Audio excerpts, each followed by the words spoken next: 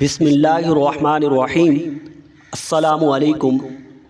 بڑے خوش نصیب ہیں وہ لوگ جنہیں اس سال حج کی سعادت مل رہی ہے۔ اللہ تبارک و تعالی ہم سب کو ہر سال حج کی توفیق اور سعادت عطا فرمائے۔ حج کے فضائل پر دو احادیث مبارکہ آپ کے سامنے پیش کر رہا ہوں۔ متفق علیہ حدیث ہے، یعنی بخاری اور مسلم دونوں نے اس حدیث کو روایت کیا ہے۔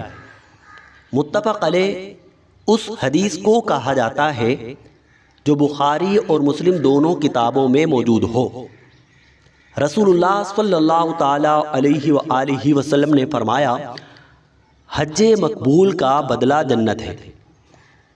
سبحان اللہ، یعنی جس کا حج قبول ہوا، جس کا حج مقبول ہوا وہ جنتی ہے۔ اللہ تعالی ہمیں بھی حج مقبول کی سعادت عطا فرمائے، اور جو لوگ حج پہ جا رہے ہیں اللہ سب کے حج کو قبول فرمائے۔ دوسری حدیث مبارکہ بھی متفق علیہ ہے، یعنی بخاری اور مسلم دونوں کتابوں میں موجود ہے۔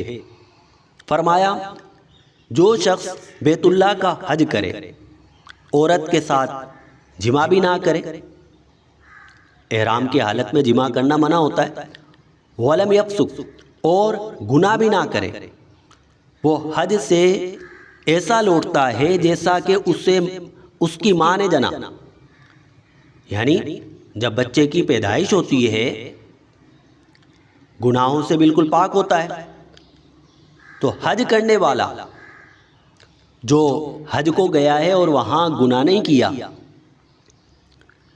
تو وہ گناہوں سے ایسا پاک ہو جاتا ہے جیسا کہ اسے اس کی ماں نے ابھی جنا، یعنی بالکل پاک و صاف ہو جاتا ہے۔